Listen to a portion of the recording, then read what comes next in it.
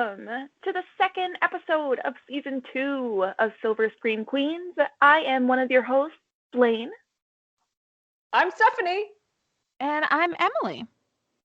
And today, Stephanie is going to present a beautiful breakdown that is very near and dear to her heart regarding murder and horror, and another special topic, drag. Oh my God, let's drag it up. Let's go. But first, yes, we are going to talk about a little bit about, as our opening, what is your favorite episode of Parks and Rec?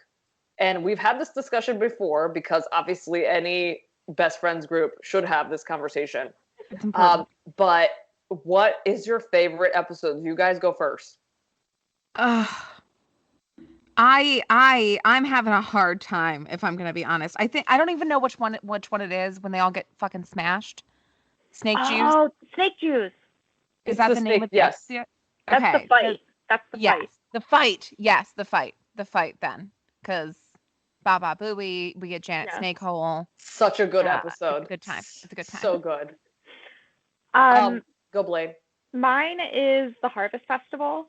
Because it's fall and there's a curse, and Ben and Leslie love each other, but they aren't saying it yet, and Horse and Little Sebastian and Horn. Little Sebastian. That is actually a fantastic episode. Those are both such good episodes.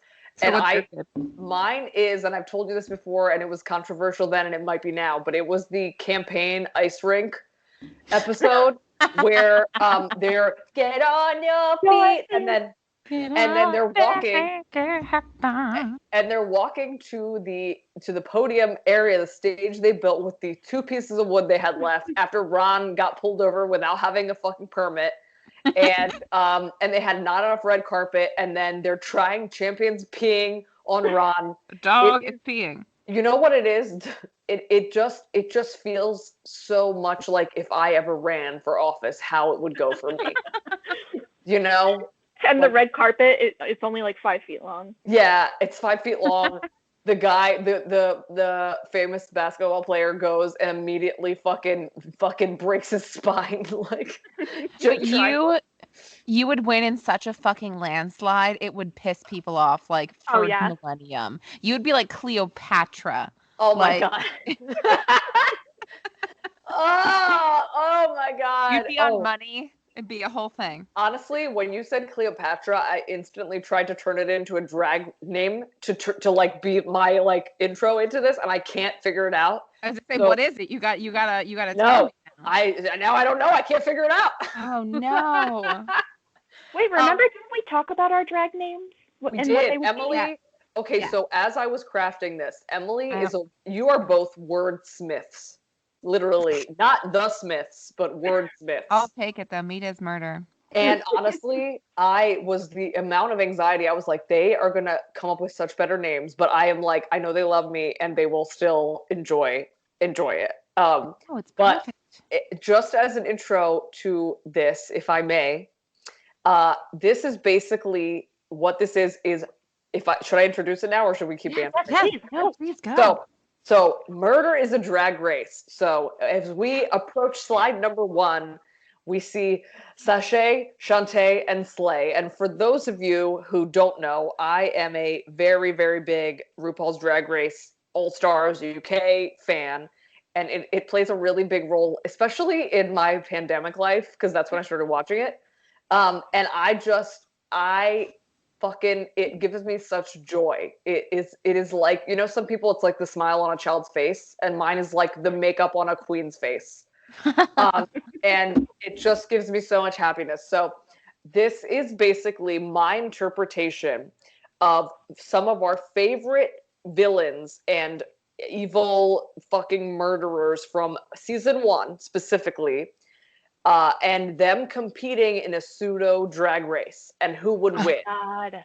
And why they would win and what would be their lip sync battle and everything. So this is a full SSQ drag race minisode. Oh my God.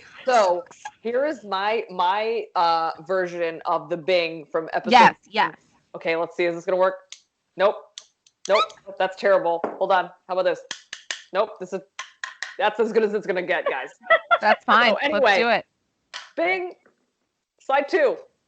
Slide 2 is the contestants, and there is a picture of one of the most amazing queens, Divine, of John Waters fame, and she is expressing some charisma, uniqueness, nerve, and talent, otherwise known as cunt. Oh, it's my favorite word. Okay, 3. Our first one is The Thing. The Thing from 1982, and just as a refresher, that obviously it was our first episode of season 1, and just to refresh anyone's memory who needs it, The Thing is obviously directed by John Carpenter, stars by John Campbell in 82, and as you remember, it takes place in remote Antarctica, and there's a group of American research scientists led by fucking sexy, spicy Kurt Russell, and this actually, it was, again, based on this 1938 John Campbell novella, Who Goes There? And they encounter the eponymous Thing, a parasitic extraterrestrial life form that assimilates and then imitates other orgasms. Yeah, orgasms. Yes. And then kills them, which, you know, is fantastic.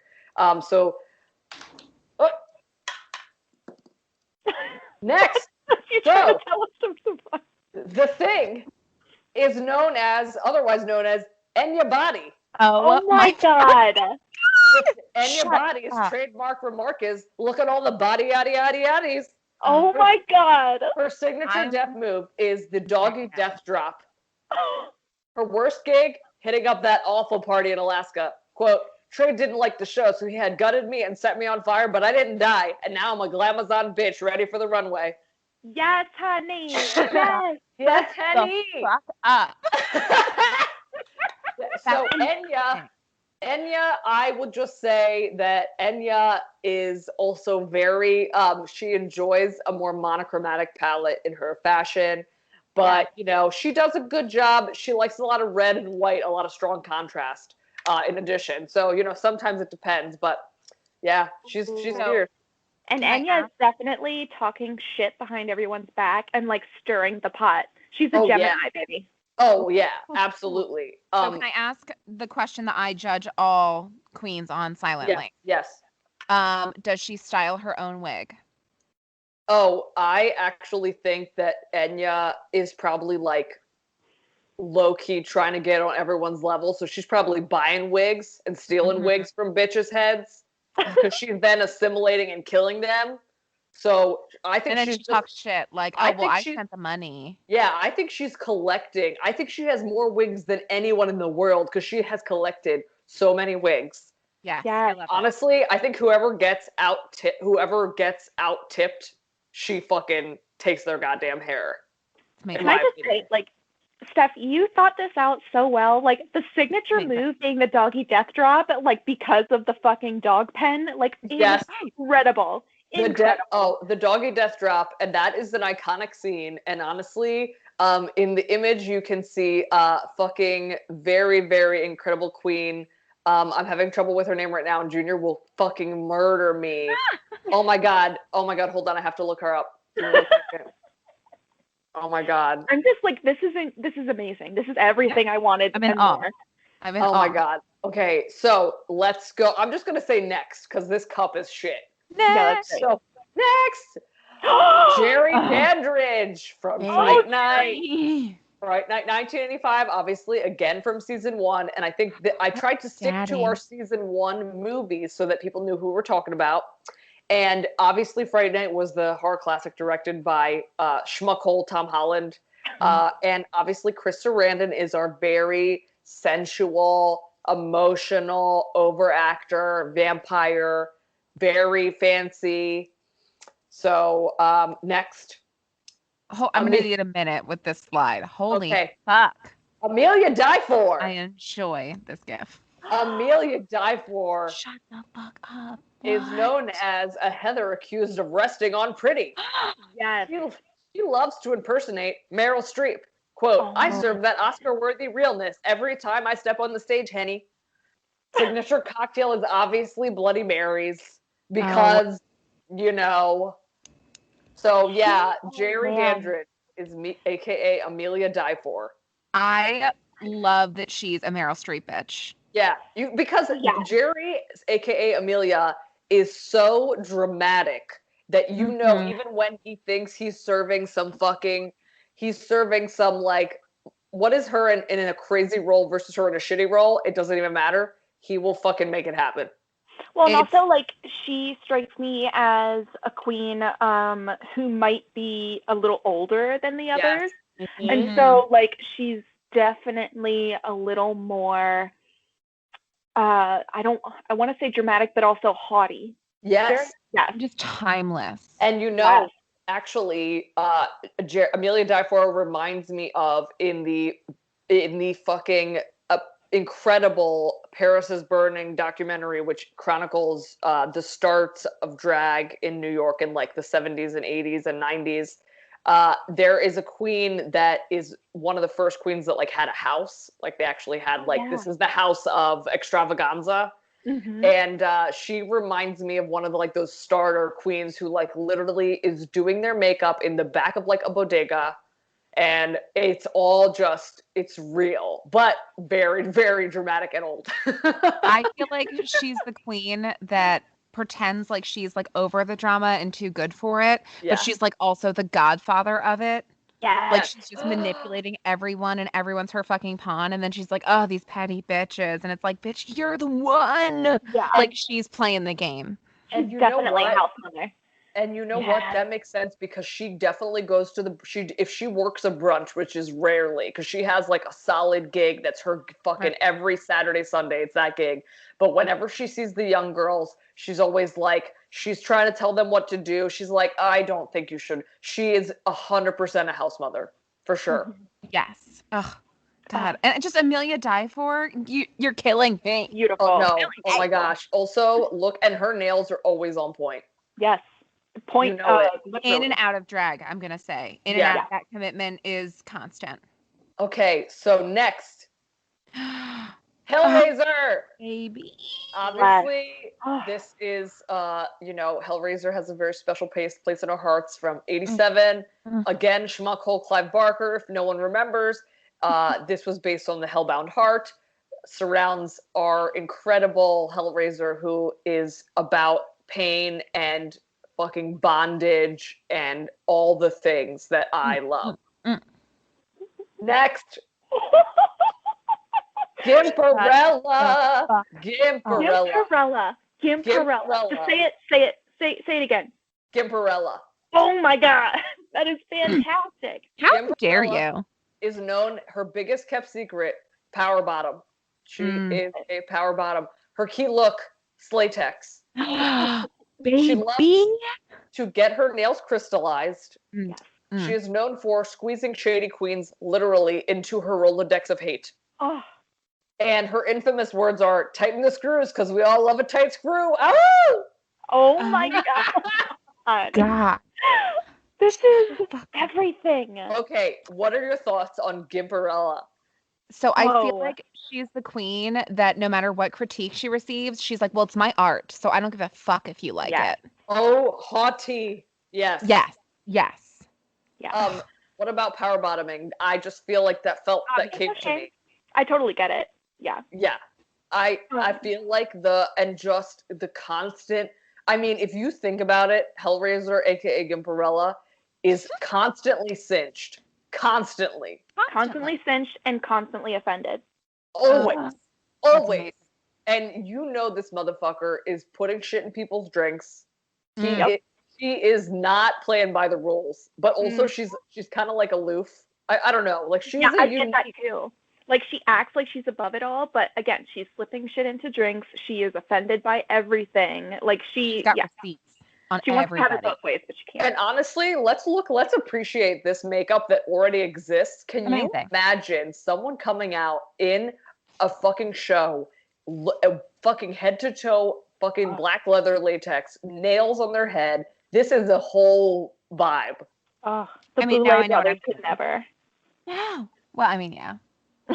And just imagining a chest plate on to be like incredible, just like the biggest tits, most padded ass. Like, Yeah. I want to give like a moment to the infamous words section. Yes. With the intonation. Oh my God, that's beautiful. Like where, how, when? Can you say the infamous words again? Tighten the screws, because we all love a tight screw. Oh! Woo! Yes. Or then she says it like very seriously later when she's like alone with, and she's like, tighten the screws. Yes, tighten the screws. Staple clamps everywhere. Yes. Oh yeah. Tear your soul apart. Tear your soul and your asshole. Yes. Okay, are you ready? Yes. Oh my God. Next. The Blair Witch. Stop it, Stephanie. Okay. The Blair Witch, obviously, we discussed last season, 1999, American supernatural horror film written and directed by Daniel Myrick and Eduardo Sanchez.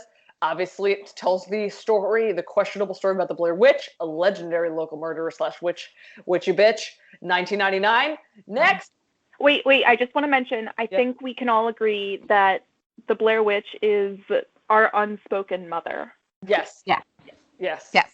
Okay, that was easy. That was very easy. Yeah, I have no problems with that. So next, we are looking at Saucy Rest. Oh, stop it. Saucy Rest is known as a shady bitch who sashays away unannounced. She's problematic. She has trouble getting gigs because of her propensity to steal tips and replace them with bundles of sticks. No. Her signature look. She is an earthy, messy fucking queen. She has been criticized for her constant overuse of camo in everything from gowns to gauchos. She's been told to step her pussy up on multiple occasions. Yes, bitch. This is definitely me. She also chain smokes parliaments. Yes. Or American Spirits. I'm thinking she's very crunchy. Very crunchy. But she also like eats Doritos like it's her goddamn job. Yes. Yes. She leaves lotion on every stripper pole she's ever been on.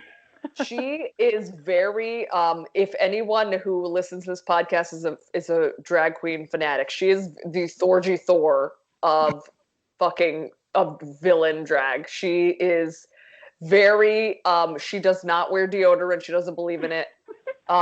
She's that person that like takes people's half-empty drinks. Yeah. Oh yeah. Like what are you gonna like shit? Yeah. She just doesn't even but like, and her act, I'm just like, I need you both to mentally picture the act that I'm picturing and how awkward it is. And flinging a boob over her shoulder. Just, all limbs, no coordination. All legs, no tits, no. This is me getting in and out of the shower every day.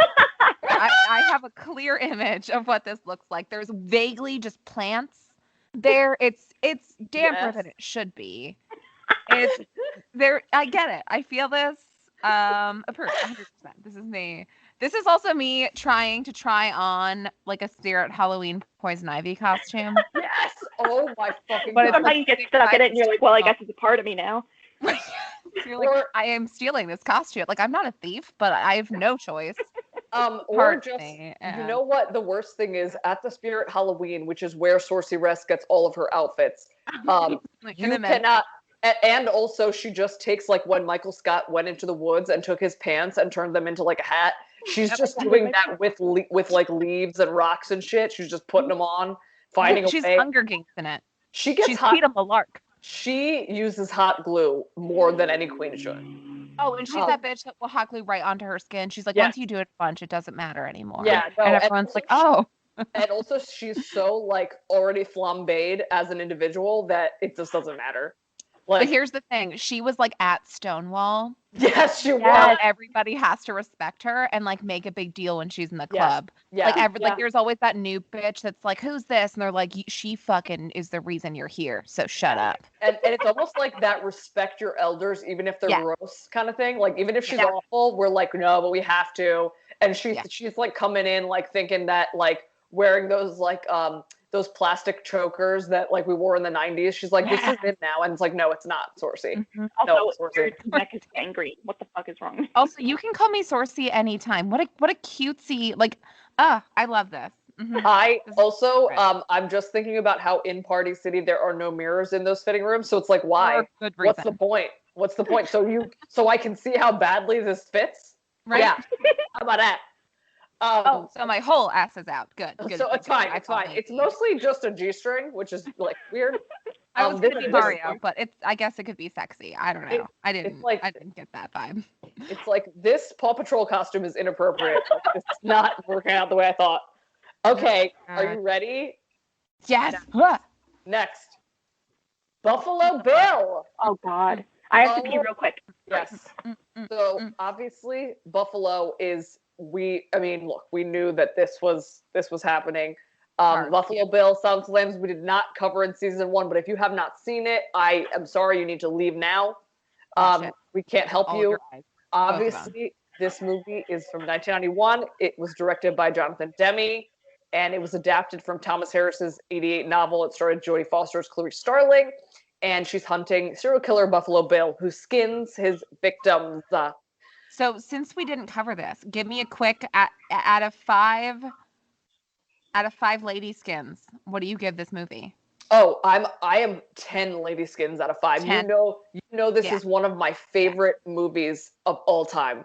I agree. Honestly. I agree. This is an incredible movie. It is perfect. It has a female lead. She does an incredible job.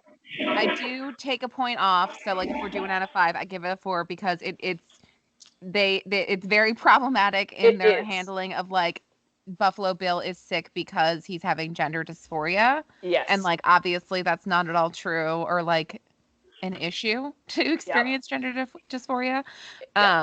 But it is a very good film. And if they I hope that they redo this movie and they do it just from their perspective of like gender dysphoria is not a part of the equation. Yeah, it has nothing that would to be do. Interesting. What they did in this movie was very doing a dirty a la 90s style on not being cogent or cognizant about what it actually means to, be trans or whatever. And so, I mean, yeah, that part, it was shit. And it's really annoying to watch it because you're like, that doesn't mean anything. Yeah, he's just a serial killer. Like, he's a serial killer. Like, that doesn't have anything to do with this. It's not an important. They should have played it as like a Cruella de Vil kind of thing. Yeah. That he was like an Andy Warhol style artist that's like just such a piece of shit and willing to go too far for like art that's not art, and then wanted to skin women because he worshipped women. And then like that would have been a more interesting plot line than like, oh, he's crazy because of gender dysphoria. And I'm like, I feel like if you don't experience some gender dysphoria in your life, then you're probably crazy. Like, have you really genuinely never even thought about it? Well, and that totally goes back to, and some of that even kind of goes back to the first episode of this season where we're talking about like the Kinsey scale, and it's like, where do all these people fall? And, I don't know. To me, the movie, apart from also problematic in the sense of like, holy shit, this, if anything, would make you feel like the FBI is a bunch of fucking incompetent bitches. Right. Yeah. This movie. Although that's pretty accurate. Honestly, yes, it is. But I'm just like, I don't want anyone to hold on to anyone in a fucking carnival tent in the middle of a fucking Johns Hopkins. Like, let's not, Also, Steph, I think we just really need to take a second to acknowledge the foresight you had going into this, because I think if we did an episode on characters in drag, we'd be doing a serious disservice not to feature Buffalo Bill. Oh yeah, right. And honestly, like I almost feel like in the first season, this movie is it's interesting because it's almost so much we know it so well, we didn't really think about doing it in a way. Like it didn't come up as like we must. It's a given. Yeah, it was such a staple. We were just like, yeah, obviously. Yeah, but honestly, and especially with the show with Clarice, which I have not watched, which I'm a purist in a way of like, if I've seen something, I never want to ruin it. Mm-hmm.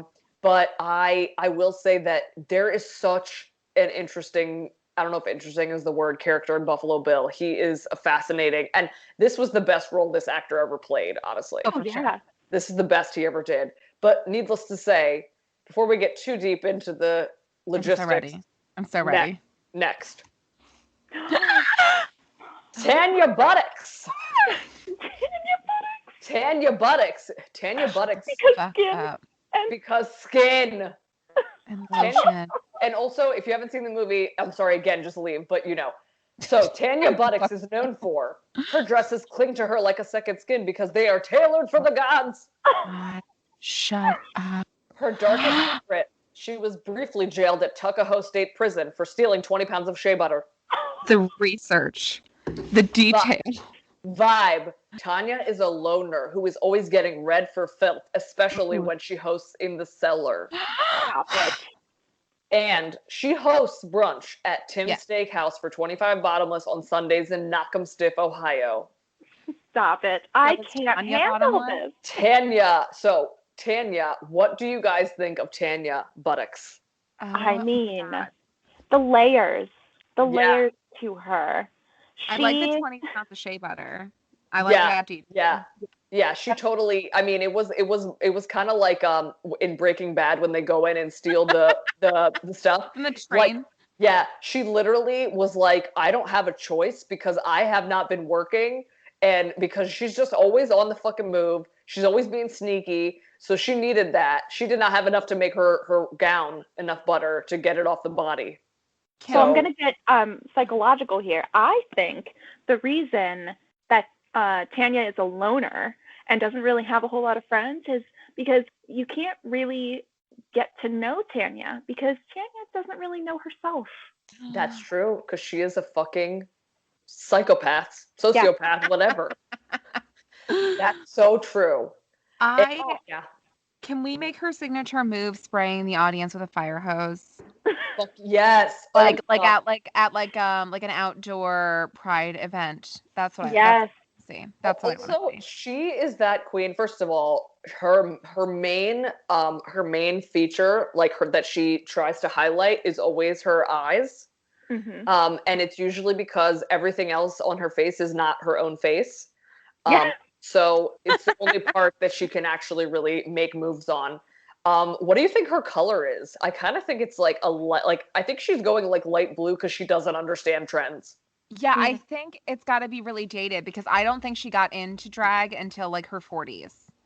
Yeah. And she's like just trying to catch up now and like doing trends from when she was like younger. And also Ohio, like think about that. We're also talking Ohio. In the back fucking like the best thing you got out there is Tim's Steakhouse and a Hardee's. That's all you got. Also, do you remember in the actual movie that busted ass palette he was using? Yes. You remember?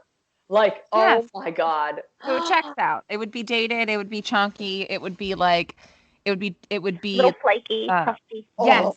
It'd be drugstore makeup.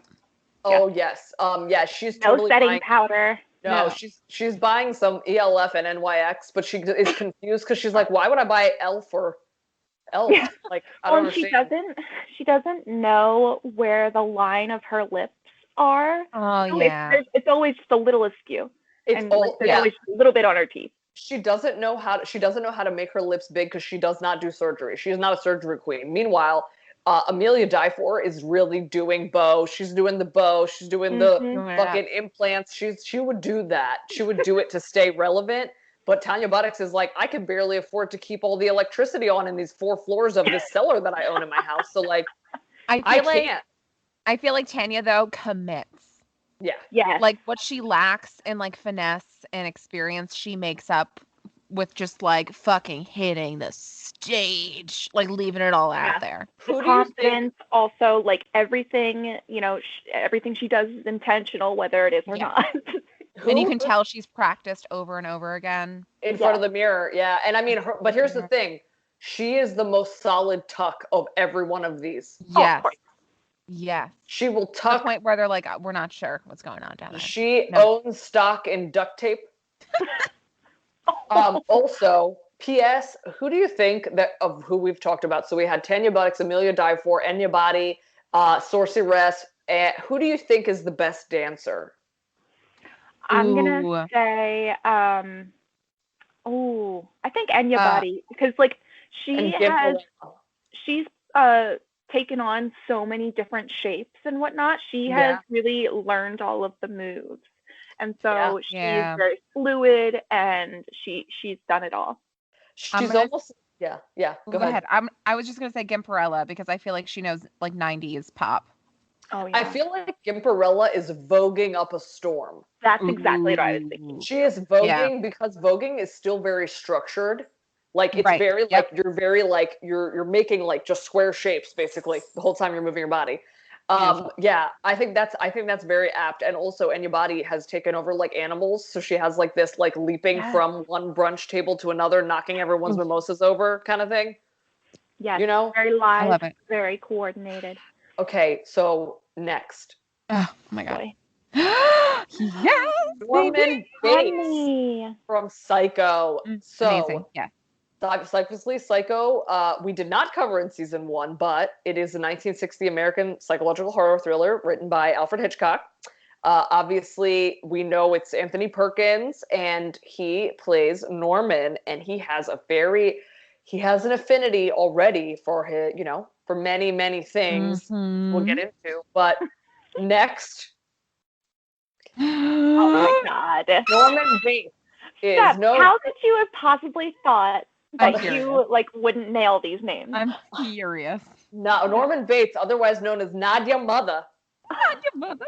Nadia Mother, his drag mother, is Edamame Dearest. She has been on the scene for a really long time. She's actually dead, but she still comes out. She still comes out. Signature quote: "It ain't jelly or jam, because it's blood." Oh my god. Known for serving fish because Nadia has this very svelte look. She's very petite. She just serves a lot of fresh fish all the time. Yes, and it's why her cuticles are gorgeous. And her cuticles, look at her brows. I mean, wow. Yeah. She has a secret, and it's that she has kai-kai'd with Amelia Diefor after one too many Bloody Marys. And that is her darkest secret. And, Amelia Diefor is almost at Edamame Dearest's age, so there's been a lot of, trauma there. There's been a lot of, distrust. But I want to know what you guys think about Nadia Mother. I love Nadia's background. It's so thoughtful, and oh my god. I also love that she's a legacy. She is. She is beautiful. Yeah. Beautiful. Classic look. I feel like Nadia really likes to play up the Audrey Hepburn look. Yes. Ooh. And I feel like she loves accents. Like she loves doing a shtick. I really can see Nadia using a North Atlantic accent. Yes. A transatlantic, Yeah, transatlantic. Thank you. I'm literally thinking she does a whole fake Russia. Ooh. I want to see her do a Bet Page thing. Yes. And do the big fan. I also think that she's the biggest fucking gossip of everybody. Yes. She knows everybody's shit, every single person. Because if they're not talking to her, they're talking to Edamame. And also she's throwing her goddamn voice all over the place. She's starting fights.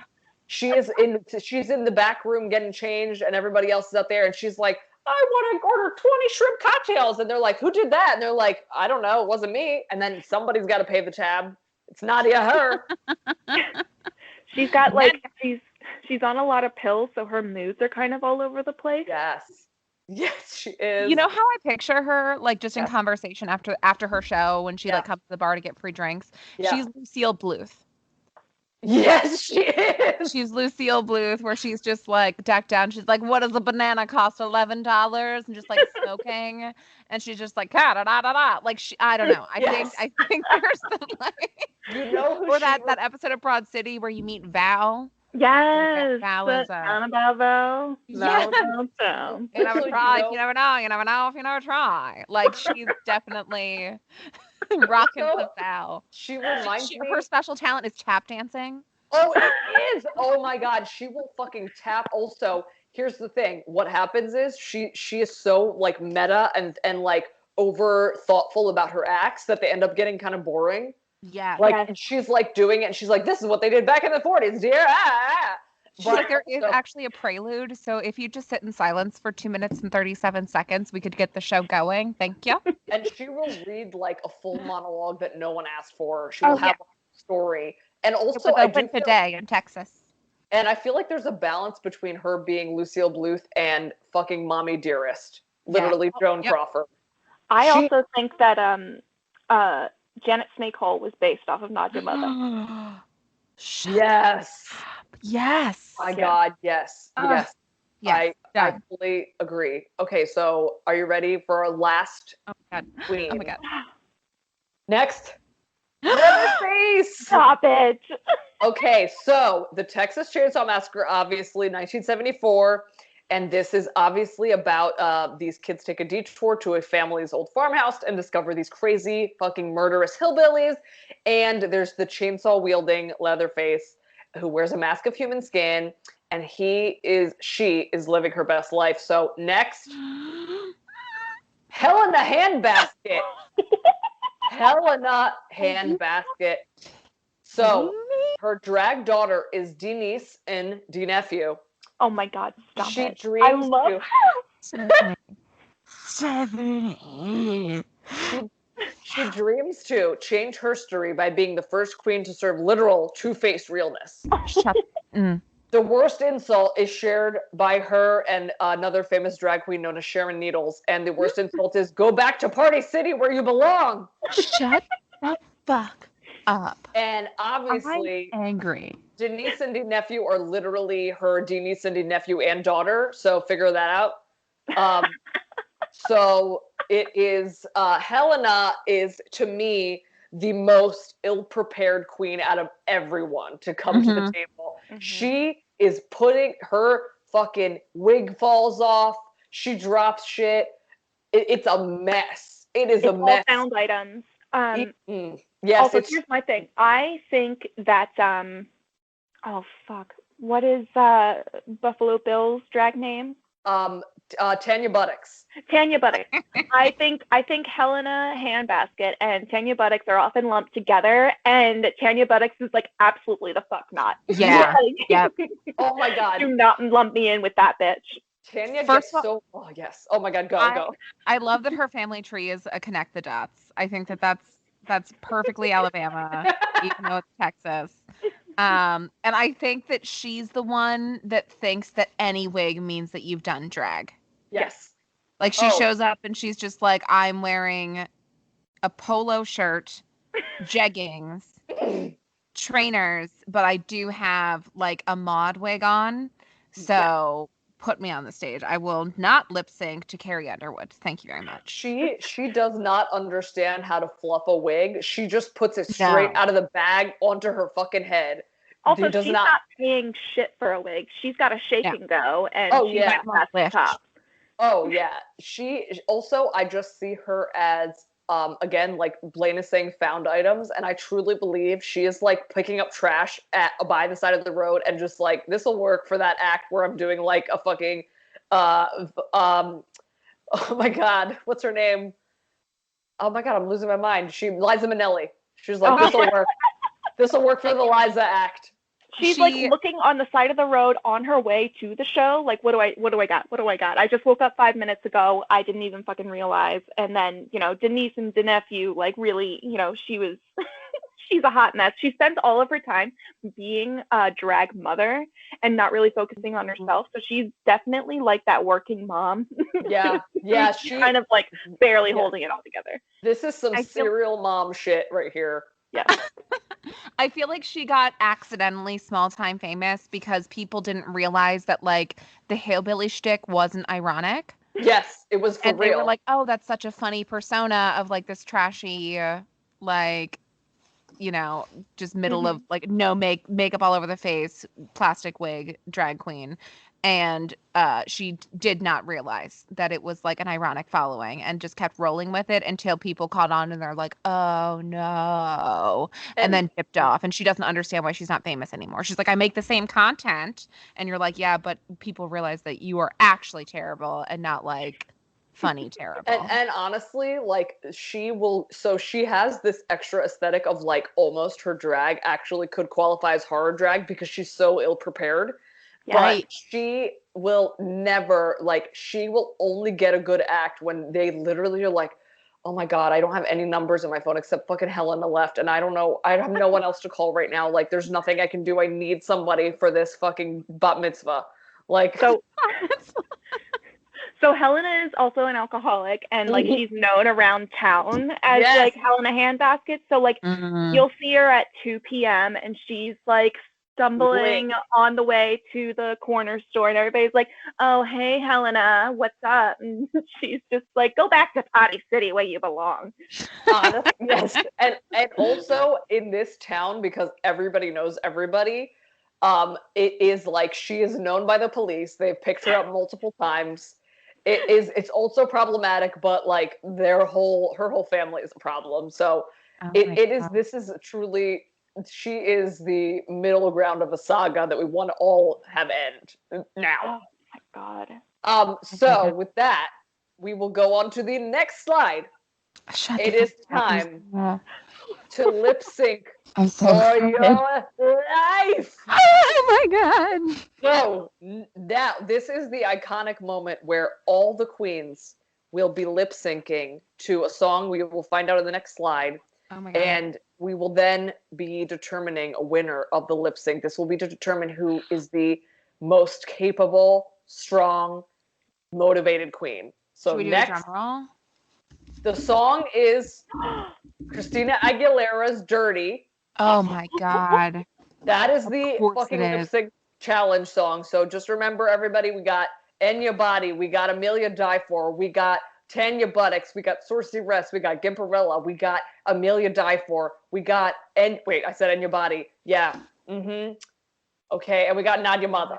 So on the next slide, I am going to, I believe this is the winner. So next, oh no, the next slide, next. So, and the winner is, so I want you both to think before I go to the next slide, Okay. This is my winner, but I want to also then hear if you agree, if you don't, who is your winner and why. So the next slide is now next.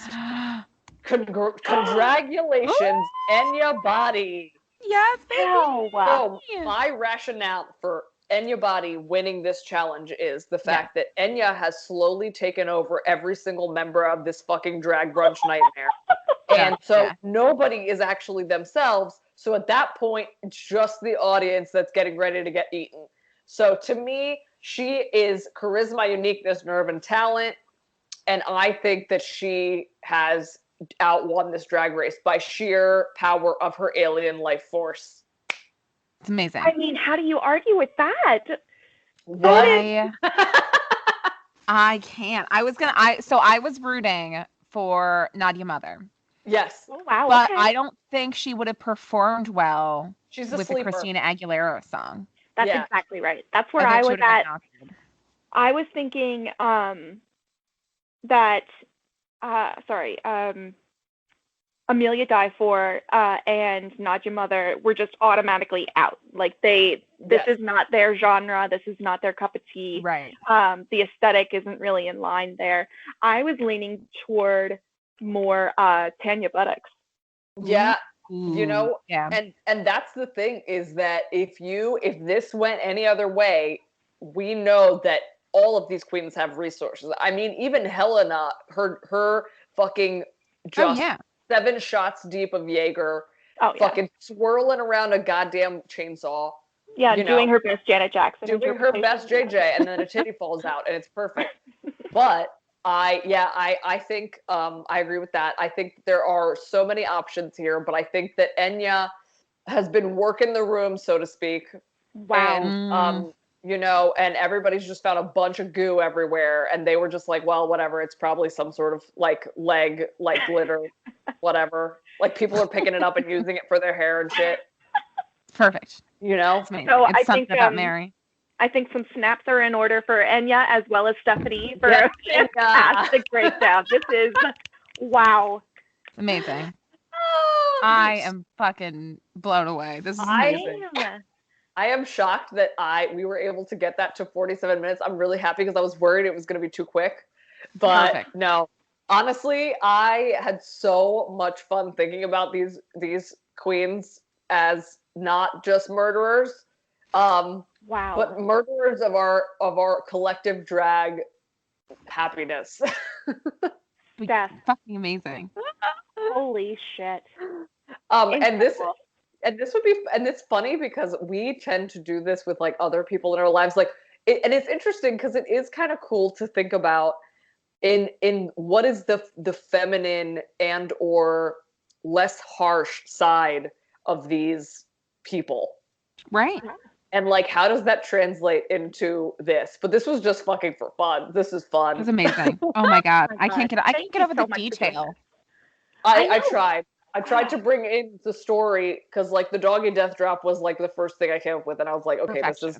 this totally works. So You're like, well, I started with a banger, so fuck. and oh, actually, can I tell you who I cut out? Yes. Yeah. So Honorable mentions. honorable mentions go to, and I will tell you right now because I have it literally in notes that I was like, no, I can't fucking do this. But actually, that would be fun to see what you guys think of. Okay, here we go. Hold on. Honorable mentions include Blade, Ooh. our police officer murderer from the summer of '84. Oh, Amazing. my Yes. Then I had Patrick Bateman from American Psycho. Oh my goodness. Ugh.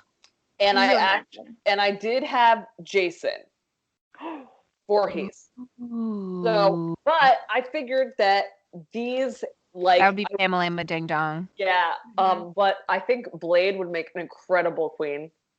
Yes. It'd be like Blaze It Up or something. Yeah. Blade would be fucking like Blade would dance the fucking pants off of anyone. It would be disgusting how unfair it would be for everyone else. Patrick Bateman would be consecutively voted the opposite of Miss Congeniality, Miss Fuck This Person. Yeah. I have a friend that looks exactly like Patrick Bateman to the point where he's in most of our phones as Patrick Bateman. And he's a really, really sweet dude, but I do think he's a murderer. Yeah, honestly, that's fair, and it's probably true. So you should call somebody. But he was in our wedding. It's fine. Par for the course, then. Oh my god. He's the guy that worked on Angry Birds. Whatever. Oh my god! It's him. Yeah, he bought the house out in LA.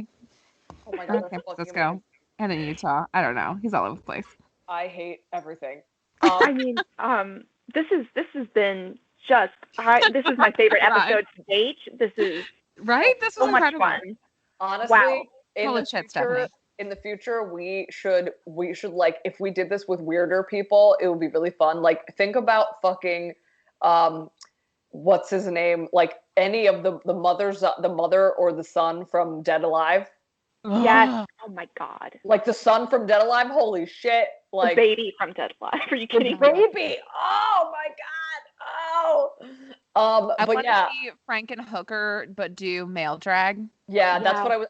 You know what? I almost did that. I actually thought I was like, should I do male drag? And then I was like, you know what? There's so many people. Let me just do that's the thing. this. And then, but there's so many good options. There's so many good options. Oh my god! But yeah, I appreciate you both helping me through this process and giving me confidence. And girl, you did it all. I mean, this is a work of art. And if anybody, I think that anyone listening, if you have a your favorite murderer that you have thought of this about, you should tag us in that caption, and you should maybe draw them in their best outfit. I don't know. Yeah. I mean, I think that'd be fun. Yeah, send us your name. Send us a breakdown of Break it down. All of it. Oh my god. We are totally gonna target fucking when this goes out. I'm gonna put like fucking Drag Race fans. All of you. Every single one of you. Oh my god. Well, thank you so much, Stephanie. What should our parting message be this week? Wear your masks. Just fucking wear your masks, please. It's not over. It's not gonna be over for a bit. And I was gonna say something about like if your nose is running, don't freak out. And then you said not over, so I was gonna say snot over, but I'm not gonna do it. So never mind. Not over. But yeah, wear a mask, and we will see you in 2 weeks. When it's Blaney Pooh's turn. Oh, I'm so excited. So excited. We'll see what I come up with. Yeah. Okay, guys. How do you follow that up? Like I'm nervous. You're just gonna be perfect. I'm so fucking excited. It's gonna be fucking incredible. I'm like hard right now. My clit is engorged. I have a new job. And bye. See you next time. Love you. Bye-bye. Bye.